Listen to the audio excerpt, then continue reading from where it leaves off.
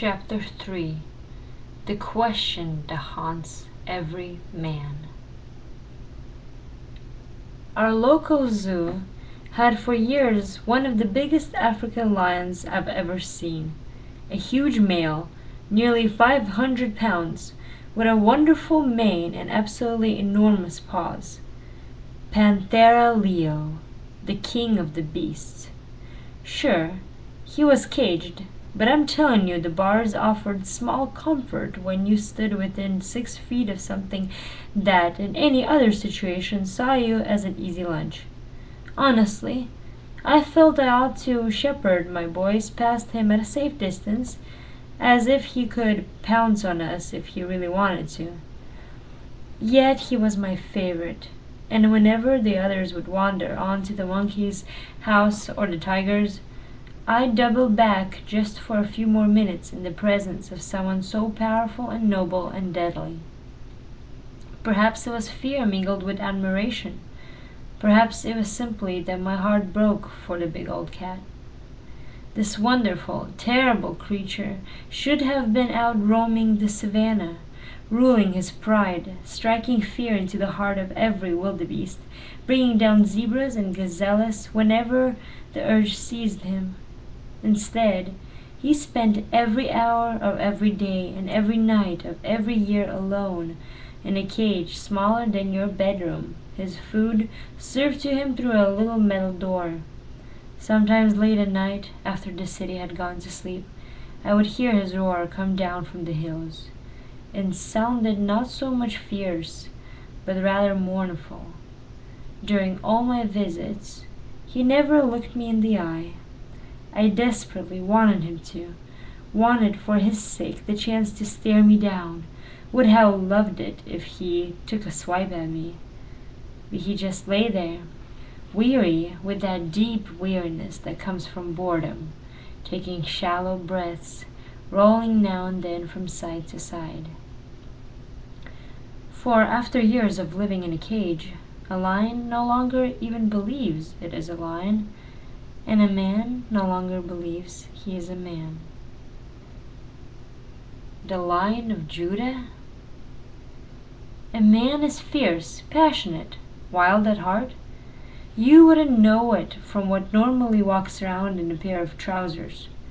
If a man is the image of the Lion of Judah, how come there are so many lonely women, so many fatherless children, so few men around? Why is it that the world seems filled with caricatures of masculinity? There's the guy who lives behind us. He spends his entire weekend in front of the tube watching sports while his sons play outside without him. We've lived here 9 years, and I think I've seen him play with his boys maybe twice. What's with that? Why won't he engage? And the man the next street over, who races motorcycles and drives a huge truck and wears a leather jacket and sort of swaggers when he walks. I thought James Dean died years ago. What's with him? It looks manly, but it seems cartoonish, overdone. How come when men look in their hearts, they don't discover something valiant and dangerous, but instead find anger, lust, and fear? Most of the time, I feel more fearful than I do fierce. Why is that?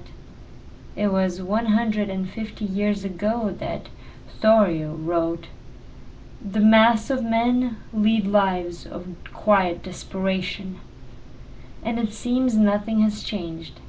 As the line from Braveheart has it, all men die, few men ever really live. And so most women lead lives of quiet resignation, having given up on their hope for a true man. The real life of the average man seems a universe away from the desires of his heart. There's no battle to fight, unless it's traffic and meetings and hassles and bills. The guys who meet for coffee every Thursday morning down at the local coffee shop and share a few Bible verses with each other, where is their great battle? And the guys who hang out down at the bowling alley, smoking and having a few too many, they're in the exact same place. The swords and castles of their boyhood have long been replaced with pencils and cubicles. The six-shooters and cowboy hats laid aside for minivans and mortgages. The poet Edwin Robinson captured the quiet desperation this way. Miniver Ch.3, child of scorn, grew lean while he assailed the seasons. He wept that he was ever born, and he had reasons. Miniver loved the days of old, when swords were bright and steeds were prancing. The vision of a warrior bold would set him dancing. Miniver Ch.3, born too late, scratched his head and kept on thinking. Miniver coughed and called it fate, and kept on drinking. Miniver Ch.3. Without a great battle in which a man can live and die, the fierce part of his nature goes underground and sort of simmers there in a sullen anger that seems to have no reason. A few weeks ago I was on a flight to the West Coast. It was dinner time, and right in the middle of the meal the guy in front of me drops his seat back as far as it can go, with a couple of hard shoves back at me to make sure. I wanted to knock him into first class. A friend of mine is having trouble with his toy shop because the kids who come in tick him off and is snapping at them. Not exactly good for business. So many men, good men, confess to losing it at their own children regularly. Then there's the guy in front of me at a stoplight yesterday. It turned green, but he didn't move. I guess he wasn't paying attention. I gave a little toot on my horn to draw his attention to the fact that now there were 20+ cars piling up behind us. The guy was out of his car in a flash, yelling threats, ready for a fight. Truth be told, I wanted desperately to meet him there. Men are angry, and we really don't know why. And how come there are so many sports widows losing their husbands each weekend to the golf course or the TV?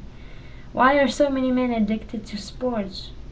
It's the biggest adventure many of them ever taste.